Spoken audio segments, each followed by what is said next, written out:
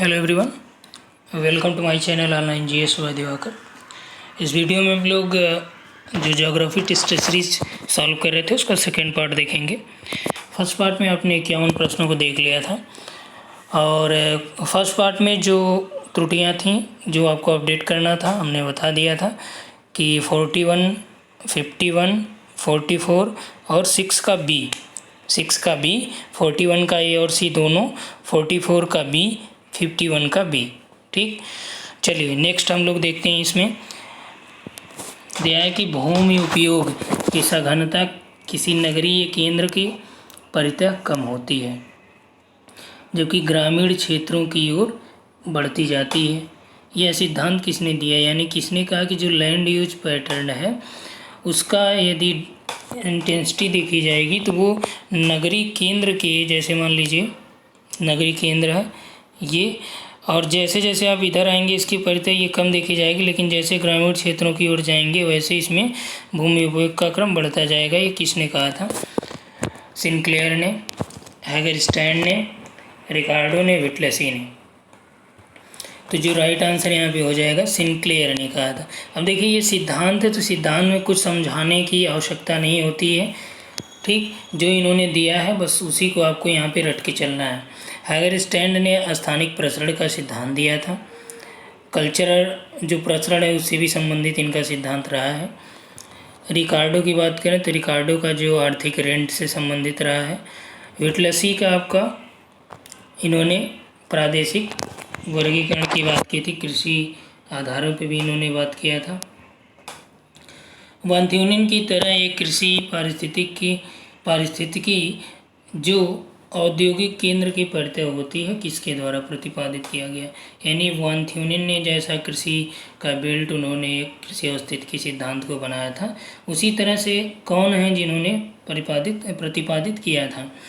अब देखिए ये चीज़ें ओलिव जॉनसन है, सिनक्लेयर है, साइमन है, थॉमसन है। ठीक, तो ओलिव जॉनसन इसका जो सही उत्तर हो जाएगा आपका ओलिव जॉनसन है। इसको हमने एग्रीकल्चर ज्योग्राफी जब करा रहे थे तो वहाँ पे आप लोगों को कराया था प्रॉपर।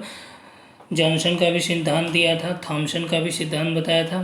ठीक, फिलहाल यहाँ पे बहुत ज़्यादा डिटेल हो जाएगा, बस आपको इतना समझना है कि जिस तरह से वान थ्यूनेन ने कृषि औस्थितिकी के सिद्धांत में विभिन्न पेरिटियों का वर्गीकरण किया, उसी तरह से औद्योगिक केंद्रों के परिधि उन्होंने बताया कि क्या क्या चीज़ें यहाँ पे कौन कौन सी चीज़ें डेवलप हो सकती हैं। उसी आधार पे ओलिव जॉनसन ने भी वहाँ पे पेटियों का वर्गीकरण किया था। सामूहिक कृषि किस तरह के घास के मैदानों में की जाती है? Belt, prairie, steppe, Pampas.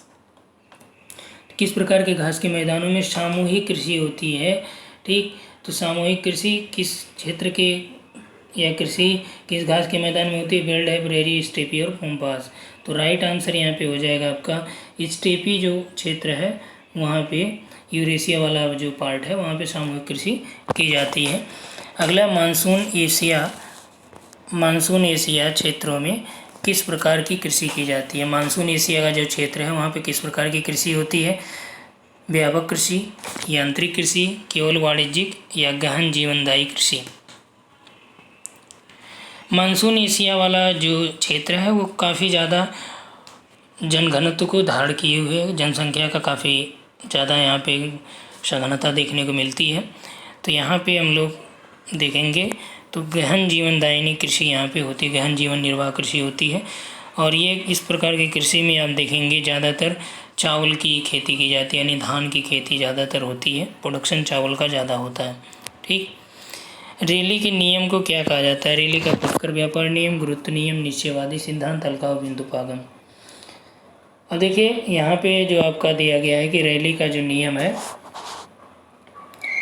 फुटकर व्यापार से संबंधित, यदि आप अपना सिलेबस उठाइए यूजीसी नेट ज्योग्राफी का, तो वहाँ पे आपका रेली महोदय अधिवास में भी आए हैं, परिवहन नेटवर्क में भी देखेंगे वहाँ पे इनको देखने को मिलेगा। ठीक, और इंडस्ट्रियल ज्योग्राफी में भी रेली महोदय हैं, यानी कि इन्होंने अपना इनका जो गुरुत्वाकर्षण नियम है कई जगह आप इसको फॉलो कर सकते हैं। इनका एक तो व्यापार फुटकर का व्यापार नियम है, गुरुत्व का नियम है, निश्चयवादी सिद्धांत है। अब देखिए इसमें जो ब्रेकिंग पॉइंट का ला दिया था ये कॉकेक्स महोदय ने दिया है, ठीक, ब्रेकिंग पॉइंट का। यहाँ पे आप देख सकते हैं ये थोड़ा सा आपका समस्या देगा, उतना ज़्यादा क्लियरिटी ये नहीं है, ये चूँकि नोट से लिया गया है तो पहले से ये पढ़ा था। यहाँ पे देखिए गुरुत्वाकर्षण के ऊपर से देखिए गुरुत्वाकर्षण का अथवा अंतरक्रिया का जो मॉडल है एस.सी. कर्वे का, रैली का भी गुरुत्वाकर्षण नियम है, ठीक। और एस.सी. कर्वे ने ये 1858 के आसपास दिया और ये मॉडल दिया इन्होंने फार्मूले का।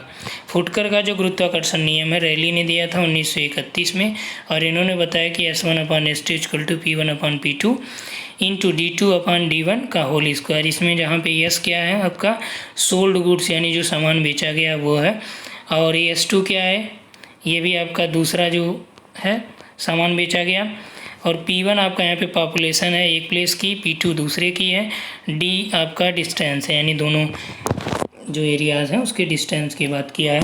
रैली ने फुटकर जो नियम दिया था इसका संशोधन रूप अलगाव बिंदु संकल्पना कही गई है और जिसे कैनवक्स ने दिया था 1949 में। इसी को बोलते हैं ब्रेकिंग पॉइंट BP, ठीक, अलगाव बिंदु संरचना या संकल्पना। B इक्वल टू इन्होंने बताया D/1 plus under root PA plus PB, ये अंडर रूट के अंतर्गत है, PA और PB, समझ में आई बात। PA और PB ये अलगाव बिंदु का नियम। अभी देखिए यहाँ पे क्या है, गुरुत्व का संभाव्य नियम महादेव जयशंकर ने 1969 में, BLS प्रकाश राव ने नगर प्रभाव की तीव्रता की बात की थी। अब देखिए एक और महत्वपूर्ण बात थीसिस बहुभुज विधि किससे रिलेटेड है, नगर के प्रभाव क्षेत्र से। किसने दिया, बोग ने, किसके लिए, USA के लिए, ठीक। आलेख सिद्धांत ये आपका हरारी और नॉर्मन का है। भारत में परिनगर का प्रयास जो किया था पहली बार आर्यल सिंह ने किया था, इसने बंगलौर को बताया था। उजागिर सिंह ने आपका इलाहाबाद को बताया था 1961 में। मुखर्जी और द्विवेदी भी इसमें शामिल है, मोदी नगर और इलाहाबाद को ही बताया था इन्होंने। BLS प्रकाश राव ने कर्नाटक को बताया और SM अली ने 1962 में हैदराबाद के बारे में बात किया। यहाँ पे देखिए ये चीज़ें थोड़ा सा क्लियर कम है, लेकिन जो हमने बताया ये चीज़ें आप यहाँ से बहुत ही महत्वपूर्ण है। आगे आइए देखते हैं नेक्स्ट क्वेश्चन। तो यहाँ तक आप लोगों का क्लियर हो गया अलगाव बिंदु तक, ठीक। तो इसमें जो आपका राइट आंसर हो जाएगा 1, 2, 3, चौथा आपका किसका है, कन्वर्स। शहर प्रभाविता का दूसरा नाम क्या है, पश्चिमभूमि यानी हिंटरलैंड, आमलैंड नगरीय क्षेत्र या शहरी। जो शहर का प्रभाव क्षेत्र होता है उसको अन्य रूपों में क्या कहा जाता है, हिंटरलैंड भी कह सकते हैं, आमलैंड भी कहा जाता है। यानी शहर का प्रभावी क्षेत्र, मान लीजिए ये शहर है, इसका प्रभाव आपका यहाँ तक भी तो रहेगा, तो जब ये यहाँ तक रहेगा तो इन्हीं को बोला जाता है हिंटरलैंड, इन्हीं को आप पश्चिमभूमि कह सकते हैं यानी परिनगर कह सकते हैं, ठीक। नगरीय क्षेत्र भी इन्हें कहा जा सकता है क्योंकि ये संक्रमण एरिया वाले होते हैं। इसके बाद ये ग्रामीण यहाँ पे चालू हो जाता है, ठीक। तो इसमें जो आपका सभी राइट है। नेस्टेड हायरार्की सिद्धांत यानी नेस्टेड हायरार्की थ्योरी किसने दी, फिल्ब्रिक, बेरी, गिट्स, कोई नहीं। नेस्टेड हायरार्की जो सिद्धांत है वो आपका फिल्ब्रिक ने दिया। मेगालोपोलिस शब्द किसने दिया था, जीन फ्रेडरिक जेम्स गार्टमैन जेफरसन। तो मेगालोपोलिस शब्द जो दिया है ये जीन गार्टमैन ने दिया था। नगरीय जनसंख्या का सतत क्षेत्र जो विभिन्न नगरों से आबद्ध होती है उसे क्या कहा जाता है, यानी नगरीय जनसंख्या का जो कंटिन्यूअस एरिया होता है और वो अलग अलग नगरों से वहाँ संबंधित होता है उसे क्या कहा जाता है, सन नगर, मेगालोपोलिस, मेट्रोपोलिस या लीनियर फ्रिंज, क्या बोला जाता है उसे। देखिए जो ऐसा नगर जो विभिन्न प्रकार के नगरों से पूरा आच्छादित होता है तो उसे क्या बोला जाता है, उसे बोला जाता है मेगालोपोलिस, ठीक। सन नगर क्या होता है, कंटिन्यू, इसे इंग्लिश में करते हैं कन्वर्जेशन यानी कंटिन्यू अर्बनाइजेशन। नगरीकरण का जो सतत पैटर्न होता है, जैसे हमारे नगरीकरण यहाँ है, इसका सतत पैटर्न यहाँ देखना जाएगा। एक प्रकार से ये उपांत क्षेत्र होता है, आमलैंड एरिया भी इसे कह सकते हैं, ठीक, सन नगर को। अगला है सन नगर, या देखिए आ गया यहाँ पे सन नगर यानी कन्वर्जेशन का अर्थ क्या होता है, बृहत महानगरीय क्षेत्र, बना बनाया क्षेत्र, यूएसए का एक शहर, विभिन्न शहरी बस्तियों के मिलने से बना हुआ श्रेणीबद्ध क्षेत्र। तो यहाँ पे देखिए जो राइट आंसर हो जाएगा विभिन्न शहरी बस्तियों के मिलने से बना हुआ श्रेणीबद्ध क्षेत्र, अभी जस्ट हमने आपसे डिस्कस किया। आगे देखिए राइन नदी यूरोप का सर्वाधिक व्यस्त जलमार्ग होती है, ये कई बार पूछा गया आपका। राइन नदी यूरोप का सर्वाधिक व्यस्त जलमार्ग है, क्यों? यह एक दर्शनीय स्थल है, यह यूरोप के सर्वाधिक उर्वरक किसी क्षेत्रों से जाती है, यह एक विकसित औद्योगिक क्षेत्र का निर्माण करती है, यह सभी। तो इसमें जो राइट आंसर हो जाएगा विकसित औद्योगिक क्षेत्र का निर्माण करती है। सर्वाधिक उत्तर स्थित बंदरगाह जो जाड़े में भी बर्फ रहित रहता है, यानी कि ऐसा कौन सा बंदरगाह है उत्तर का, क्योंकि उत्तर में ज़्यादातर जाएंगे अंटार्कटिका के आसपास जो है आप देखेंगे बर्फ़ जम जाता है, उसके बावजूद भी यहाँ पे कुछ ऐसे बंदरगाह हैं जो बर्फ़ रहित रहते हैं जाड़े में भी। नार्विक है, हैमरफेस्ट है, मरमास्क है, सभी। अब देखिए इसमें कौन सा बंदरगाह है जो जाड़े में भी बर्फ़ से ढका नहीं रहता है, वो भी आर्कटिक महासागर के यानी यूरेशिया के आसपास या ऊपर जैसे जैसे, या आप मान सकते हैं 80 से 90 डिग्री अक्षांशों के बीच यदि है तो भी। तो कौन सा इसमें जो आपका सही उत्तर हो जाएगा नार्विक। ठीक, अगला नगर कोटि निर्धारण है, तो जीके जीप का जो सूत्र है वो क्या है? तो जीके जीप ने क्या बोला था कि जो 91 नगर की पॉपुलेशन है, ठीक, हुआ आपका यहाँ पे देखिए राइट आंसर ये हुआ जो पॉपुलेशन आपका P1 का है नगर का डिवाइड बाई जो nth रैंक है उस नगर की जो रैंक है किस नंबर पे उससे डिवाइड कर दीजिए। ठीक, Pn इक्वल टू हो जाए P1/n, कहीं के आपको ये मिलेगा PR बराबर P1/R मिलेगा। यहाँ पे भी आपका वही चीज़ें हो गई, ये अर्थ जो आपका सिटी है उसकी जनसंख्या निकालनी है, यहाँ पे आपका उसका कोड निर्धारण करना है, यहाँ पे आपका उसका रैंक डाल दीजिए, यहाँ पे पॉपुलेशन डाल दीजिए। स्थिर स्थल सिद्धांत किसने दिया? डेली, मरे, डार्विन, कोई नहीं। तो जो स्थिर स्थल का सिद्धांत है किसने दिया है? ये इसका जो सही उत्तर हो जाएगा यहाँ पे आपका स्थिर स्थल का जो सिद्धांत है मरे महोदय ने दिया है। ठीक, यहाँ तक क्लियर हुआ। स्थिर स्थल का सिद्धांत किसने दिया है? मरे ने दिया है। थोड़ा सा इन ऑप्शंस को भी देख लेते हैं। डेली ने क्या दिया था? तो डेली ने हिमानी नियंत्रण सिद्धांत दिया है। डार्विन का क्या है? डार्विन ने अवतलन सिद्धांत दिया है। मरे का स्थिर स्थल हो गया। डेविस का भी देख लीजिए, डेविस का भी जो सिद्धांत है ये भी आपका अवतलन से ही रिलेटेड है। ठीक, डार्विन के अवतलन से डेविस का। किस मानचित्र में रंगों द्वारा विभिन्न तत्वों या वस्तुओं का प्रदर्शन किया जाता है? रंगों द्वारा विभिन्न तत्वों या वस्तुओं का प्रदर्शन किया जाता है, यानी कि कौन से ऐसा मानचित्र है जिसमें बनाने के लिए आपको कलर यूज करना पड़ेगा। तो उसके लिए कोरोक्रोमेटिक, कोरोप्लेथ, आइसोप्लेथ कोई नहीं। तो राइट आंसर यहाँ पे आपका हो जाएगा कोरोक्रोमेटिक। ठीक, कोरोप्लेथ या आइसोप्लेथ के लिए क्या होता है? कोरोप्लेथ में जो इसे वर्णमात्री भी कहते हैं, वर्णमात्री। ठीक, इसमें क्या होता है कि अलग अलग घनत्व वाली छायाओं के द्वारा यहाँ पे औसत मूल्य का प्रदर्शन होता है। क्षैतिज लंबवत रेखाओं द्वारा यहाँ पे विभिन्न प्रकार की छायाएँ दिखाई जाती है। आइसोप्लेथ में क्या, इसे समान रेखा कहते हैं। इसमें समान मूल्य या समान ऊंचाई या यानी कि एक प्रकार से समान स्थान वाले मिलाने की ये काल्पनिक रेखा होती है। अगला, निकटतम पड़ोसी सूचकांक विधि किसने प्रतिपादित किया? तो निकटतम पड़ोसी सूचकांक विधि जो है प्रतिपादित करने का श्रेय किसको जाता है? जिप को, डेली को, क्लार्क इवांस को या फिर गैडिस को। तो इसमें जो राइट आंसर आपका क्लार्क इवांस है। जिप तो कोटि आकार नियम से रिलेटेड है। डेली का आपने देख ही लिया, हिमानी नियंत्रण सिद्धांत। पैट्रिक गैडिस किससे हैं? श्रीनगर से। पेरिस शहर का जो मास्टर प्लान था किसने तैयार किया था? कैनेडी ने, कार्बुजियर ने या फिर बरहन ने। पेरिस नगर का जो मास्टर प्लान था तैयार किया था हाउसमैन ने तैयार किया था। ठीक, किसने तैयार किया था? हाउसमैन ने तैयार किया था। क्लियर हुआ। कार्बुजियर ने आपका जो चंडीगढ़ का शहर है उसका प्लान तैयार किया था। और बरहम ने शिकागो के बारे में बताया था। वहाँ के बरहम ने क्या किया था, शिकागो का मास्टर प्लान। कैनेडी ने जमशेदपुर का मास्टर प्लान बनाया था, जमशेदपुर का। राजनीतिक भूगोल की रुचि कब अंतर्राष्ट्रीय संबंधों की समस्या पर केंद्रित हो गई? क्योंकि जो राजनीतिक भूगोल था, आप देखेंगे पहले सीमा सीमांत यही सब चलता था, लेकिन बाद में आप देखेंगे जियोपॉलिटिक्स उसमें आ गई और अंतर्राष्ट्रीय संबंधों की बात भी होने लगी। कब से? प्रथम विश्व युद्ध, द्वितीय विश्व युद्ध, रूसी क्रांति, औद्योगिक क्रांति।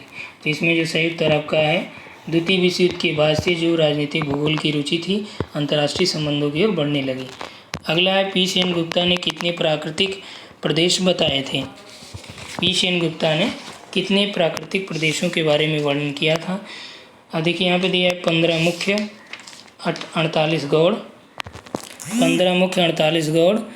तो 15 मुख्य और 48 गौड़ जो है ये वी नाथ महोदय ने बताया था, नोट करते चलिएगा। वी नाथ महोदय ने प्राकृतिक प्रदेश भारत को कितने 15 मुख्य और 48 गौड़ में विभाजित किया। 13 बृहद और 35 लघु, 13 बृहद और 35 लघु में आपका जो डिवाइड किया था ये चंद्रशेखर ने किया था, ठीक, चंद्रशेखर ने किया था।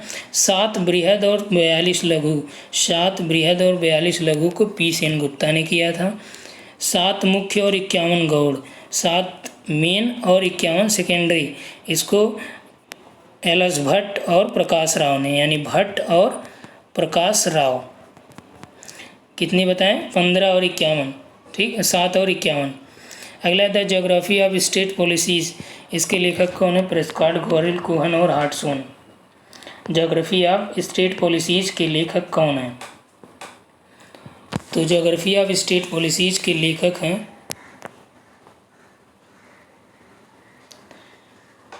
प्रेस्कॉट महोदय। अगला, केंद्रीय स्थल सिद्धांत का प्रतिपादित किया गया 1930, 1931, 1932, 1933।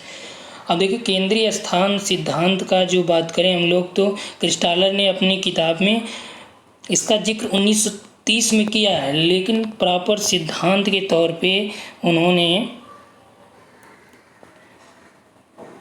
इन्होंने आपका 1931 के आसपास जिक्र किया है, 1931 जिक्र किया, लेकिन प्रॉपर जो सिद्धांत उन्होंने दिया था 1933 में दिया था, ठीक। यदि आपसे पूछे केंद्रीय स्थल सिद्धांत कब प्रतिपादित किया, 1933, और केंद्रीय स्थल सिद्धांत का विचार उन्होंने 1931 के आसपास बताया था अपनी किताब में, ठीक। तो यहाँ पे आपका 1931 में ही केंद्रीय स्थान शब्द का भी नाम किसने दिया? जेफरसन ने दिया था, ठीक। और जो प्रॉपर क्रिस्टालर ने जो सिद्धांत दिया, क्रिस्टालर ने, ये 1933 में दिया है, ठीक। कब दिया है? 1933 में दिया। ये जर्मन विद्वान है।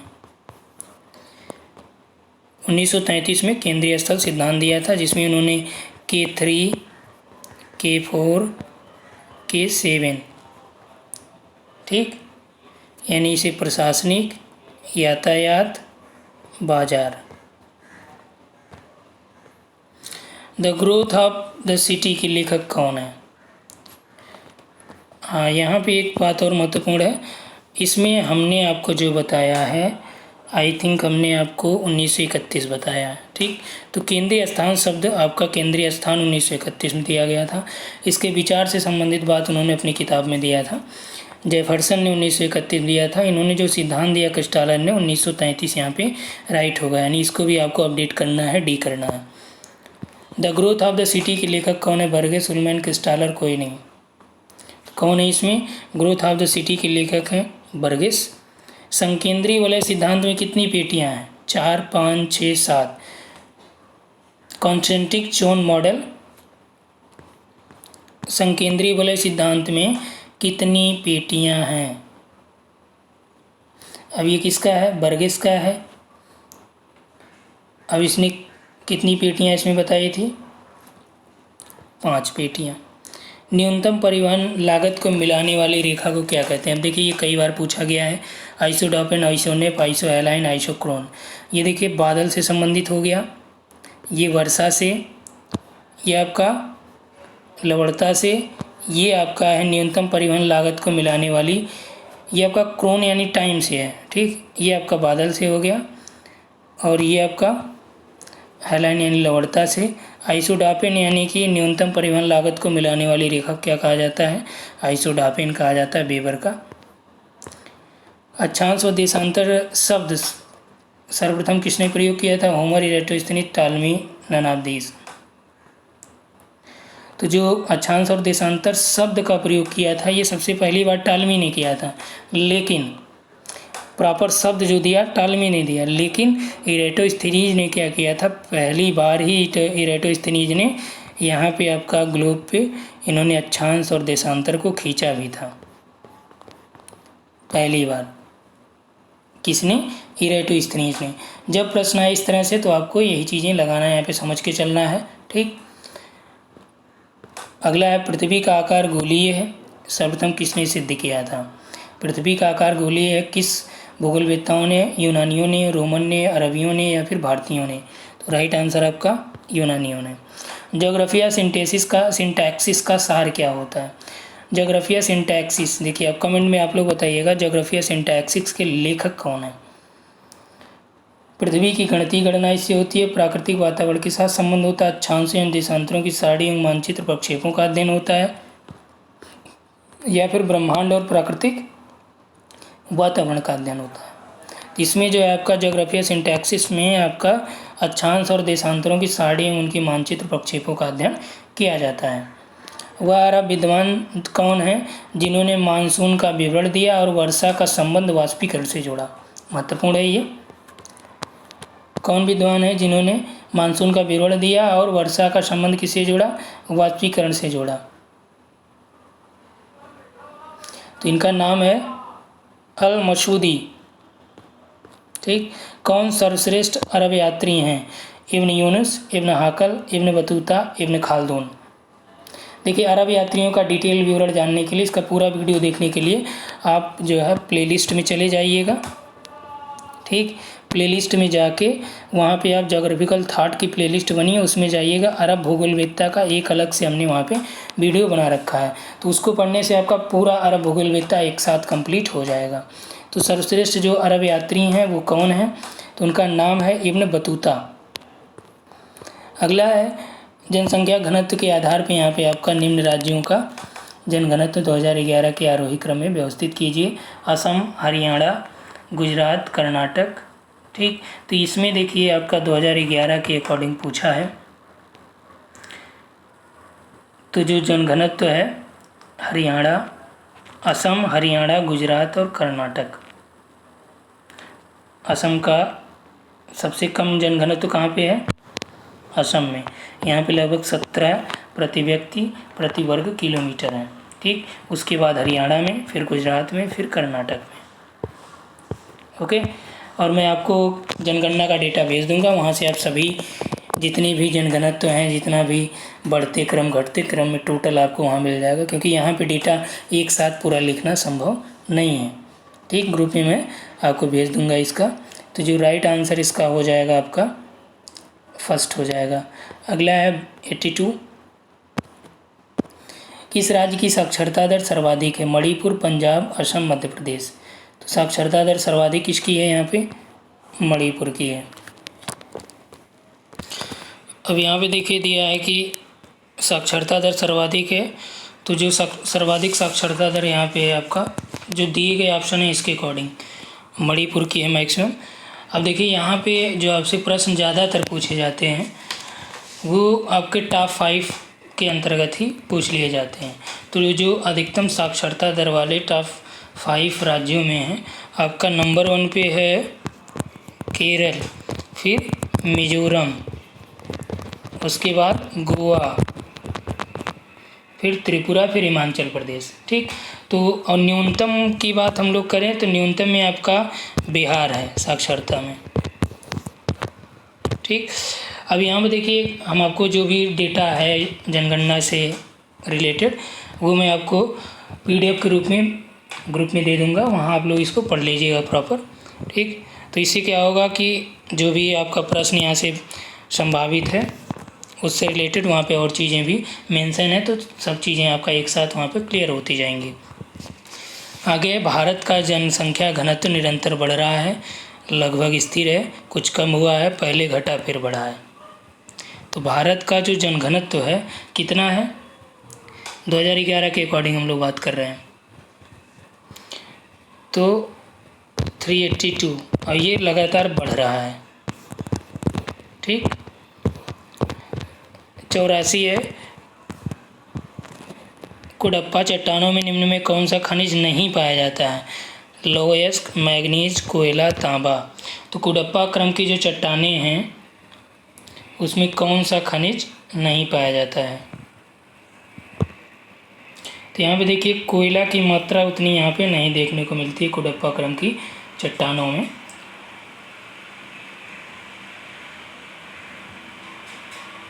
जबकि अन्य आपके यहाँ पे कुडप्पा क्रम की चट्टानों से इनकी खुदाई होती है, कोयला उतना अधिक मात्रा में ये नहीं मिलता है।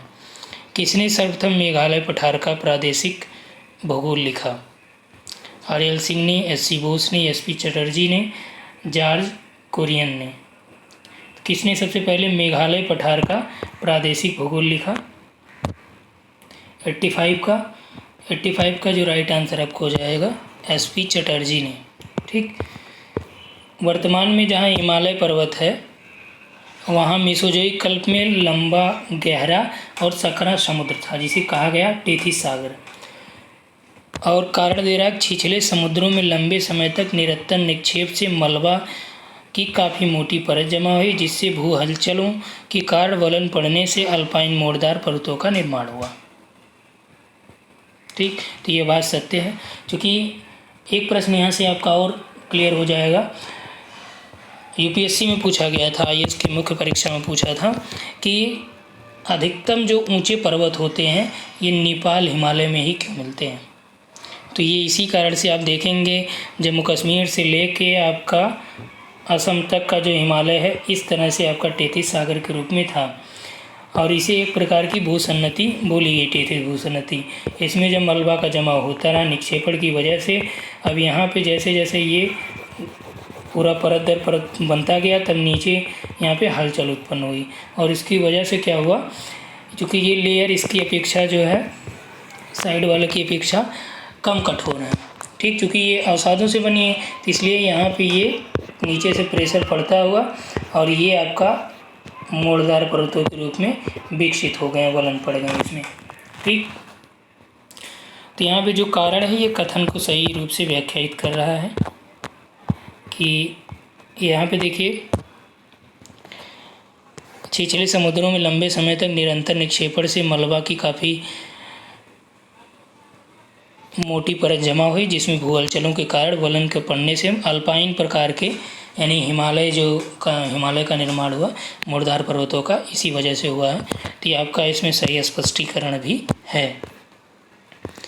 निम्न में कौन सा हिमालयी वनों का वृक्ष नहीं है। देखिए ये आपका असिस्टेंट प्रोफेसर का तो पिट क्वेश्चन है, आपका यहाँ से एक प्रश्न ही बनता है कि वृक्ष कहाँ पे किस तरह के पाए जाते हैं। यूजीसी में भी आपका पूछा जाता है, फिलहाल अभी पिछली बार तो नहीं पूछा गया था, लेकिन संभावित है कि कभी कभी ऊंचाइयों का क्रम पूछ देता है, ऊंचाइयों के क्रम में कौन सा पाया जाता है वृक्ष। ठीक, तो ये आपका बायोजोग्राफी से यानी इन्वायरमेंट जोग्राफी से रिलेटेड हो गया। कौन सा हिमालय वनों का वृक्ष नहीं है, आबनूस। ठीक, भारतीय भुर्ज,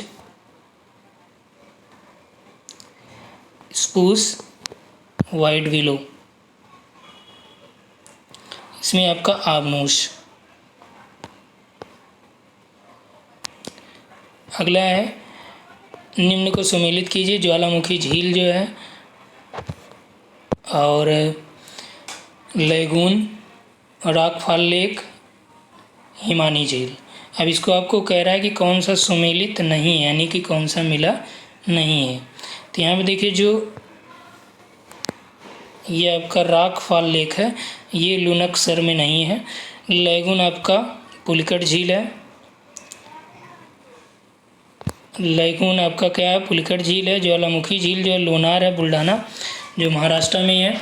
लुनकसर झील जो है ये आपका रॉकफॉल नहीं है बल्कि ये आपका लवणयुक्त झील है राजस्थान में। हिमानी झील में आपका वेरी नाग है, तो ये आपका सही है। हिमशैल के सर्वाधिक खनिज कहाँ पे होते हैं? कुडप्पा क्रम, धारवाड़ क्रम, गोंडवाना या ये आपका लभेटा क्रम। तो किस शैल क्रम में सर्वाधिक खनिज मिलते हैं? तो यहाँ पे जो सर्वाधिक खनिज मिलेंगे ये आपके धारवाड़ क्रम में मिलते हैं। जब भी आपका प्रश्न आए सर्वाधिक खनिज कहाँ पे? धारवाड़ में। सर्वाधिक कोयला कहाँ पे? गोंडवाना में। आँख मूंद के आपको लगाना है। भारत में अरावली पर्वत का निर्माण किस काल में हुआ? Caledonian, Mesozoic, tertiary, Hercynian. तो जो अरावली पर्वत है ये कैलिडोनियन काल में हुआ है और ये आपका उत्पत्ति की दृष्टि से सबसे प्राचीन बलित पर्वतों में से है। प्रश्न आएगा कि उत्पत्ति की दृष्टि से सबसे प्राचीन बलित पर्वत है अरावली है। वर्तमान में जो अवशिष्ट पर्वत के रूप में यह विद्यमान है। अगला महासागर दिया है, मिलान करना है यहाँ पे, और दिया है कि कौन सा सुमेलित नहीं है।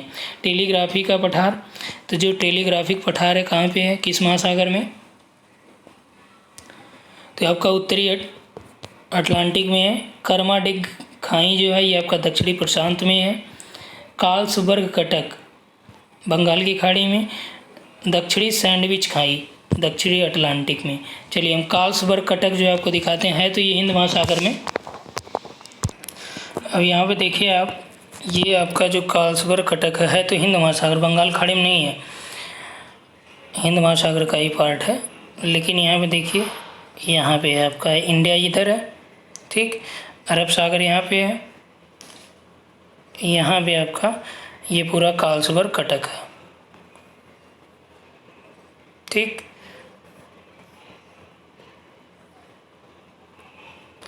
तो इसमें जो आपका राइट हो जाएगा थर्ड। अगला देखिए, ये आपका कार्लसबर्ग कटक बंगाल खाड़ी में बल्कि हिंद महासागर में। यदि यही इसीलिए कंफ्यूज करने के लिए यहाँ पे दिया गया कि ताकि आपको ये समझ में आएगा कि हिंद महासागर के अंतर्गत ही आपका बंगाल खाड़ी है, तो इसमें यही होगा। लेकिन यहाँ पे देखिए ये चीज़ें सही नहीं हैं, हमने आपको दिखाया। अगला है, ज्वारों से संबंधित कौन सा एक जैविक कारकों से उत्पन्न होता है? लघु ज्वार, निम्न ज्वारों में से कौन सा एक जैविक कारक से उत्पन्न होता है? लघु, लाल ज्वार, अपभू, उपभू। कौन सा जैविक कारकों से उत्पन्न होता है? तो जैविक कारकों से देखिए ये लाल ज्वार जो है जैविक कारकों से, क्योंकि जो लाल शैवालें होती हैं उनकी वजह से इसे लाल ज्वार बोला जाता है। अगला, निम्न में से कौन सी संकल्पना ज्वार की उत्पत्ति से संबंधित है? ध्रुवी वाताग्र, रेडियो सक्रियता, प्रगामी तरंग सिद्धांत, तापीय संवहन सिद्धांत। अब देखिए ये आपका ये पर्वत निर्माण से रिलेटेड है। प्रगामी तरंग सिद्धांत जो है आपका ये ज्वार से रिलेटेड है, विलियम वेलविल का। निम्न में से कौन सा एक महासागरों में तीव्र परिवर्तन लाने वाली लवणता परत से संबंधित है? तो जो महासागर में लवणता परत होती है किसमें तीव्र परिवर्तन आता है ये पूछ रहा है। इकोक्लाइन, थर्मोक्लाइन, हैलोक्लाइन, पाइक्नोक्लाइन, ठीक। अब देखिए ये जो लोग पेड कोर्स में हैं उनको हमने प्रॉपर कराया भी है, ओशिनोग्राफी के नोट्स में प्रॉपर ये सभी का डिस्कशन हुआ है। आगे फ़िलहाल जैसे जैसे टेस्ट सीरीज चलेगी तो उसमें सभी प्रकार के जो क्लाइंस हैं सबको डिफाइन किया जाएगा आगे। अभी यहाँ पे आप ये जानिए कि कौन सा महासागरों में तीव्र परिवर्तन वाली लवणता वाली जो परत होती है उसे बोलते हैं हैलोक्लाइन। क्या बोला जाता है उसे? हैलोक्लाइंस बोला जाता है। अगला है, बंगाल की खाड़ी में अंतःसागरीय कटक कौन से हैं, उसका क्या नाम या वो किस नाम से जाने जाते हैं? 90 डिग्री, मोजाम्बिक कटक, सोकोत्रा चागोस कटक, कार्लसबर्ग कटक, ठीक। तो इसमें जो आपका राइट हो जाएगा 90 डिग्री ईस्ट कटक। मोजाम्बिक का आपने देखा कि मोजाम्बिक जो है जब आप देखेंगे तो यहाँ पे आपका हो गया ये अफ्रीका, ठीक, यहाँ पे आपका मेडागास्कर, तो मोजाम्बिक जो है यहीं पे है पास में। और कार्लसबर्ग आपने देख ही लिया यहाँ पे है, ठीक। सोकोत्रा चाकोस कटक यहीं पे है। लेकिन जो आपका पूछ रहा है कि बंगाल की खाड़ी में, तो बंगाल खाड़ी में आपका 90 डिग्री ईस्ट कटक है। अगला, दक्षिणी गोलार्ध की तुलना में उत्तरी गोलार्ध में भूपृष्ठ पर जल का तापमान ज़्यादा होता है। पहला स्टेटमेंट है कि दक्षिणी गोलार्ध की तुलना में उत्तरी गोलार्ध का भूपृष्ठ जल तापमान ज़्यादा होता है। समताप रेखाएं दक्षिणी गोलार्ध में नियमित नहीं है और अक्षांशों पर का अनुसरण नहीं करती हैं। तो इसमें जो आपका 96 है, इसका जो राइट आंसर हो जाएगा केवल एक सही होगा। दक्षिणी गोलार्ध की तुलना में उत्तरी गोलार्ध का जो जल है उसका टेम्परेचर ज़्यादा हो जाता है, और यहाँ पे जो आपका समताप रेखाएं हैं दक्षिणी गोलार्ध में नियमित होती हैं, क्योंकि वहाँ पे स्थल भाग उतना है नहीं, जलीय भाग है, तो वहाँ पे आपका जो समताप रेखाएं हैं लगभग समान होती हैं, नियमित होती हैं, तो इसलिए यहाँ पे आपका उत्तर एक हो जाएगा। अगला, उत्तरी प्रशांत महासागर की दो मुख्य शीत धाराएं किस नाम से जानी जाती हैं?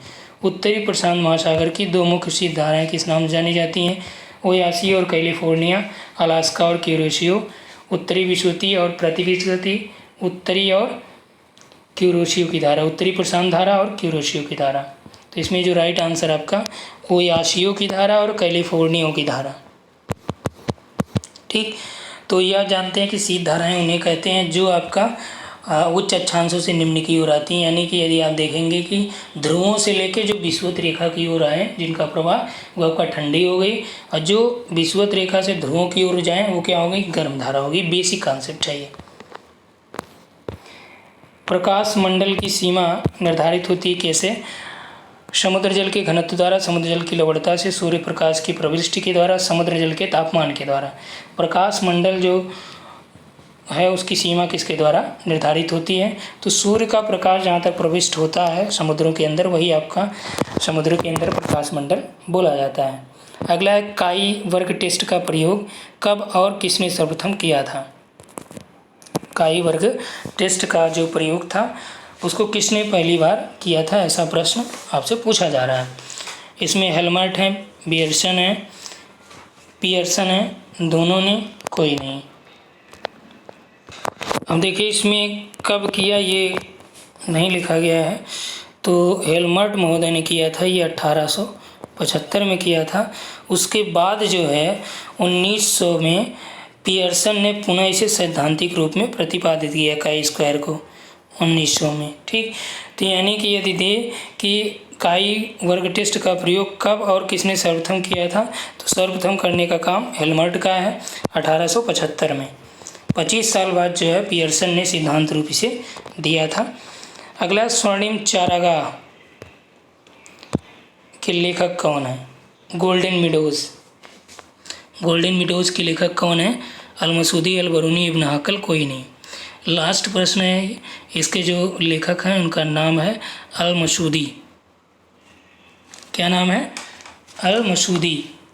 अल-मसूदी ने स्वर्णिम चारागाह लिखा।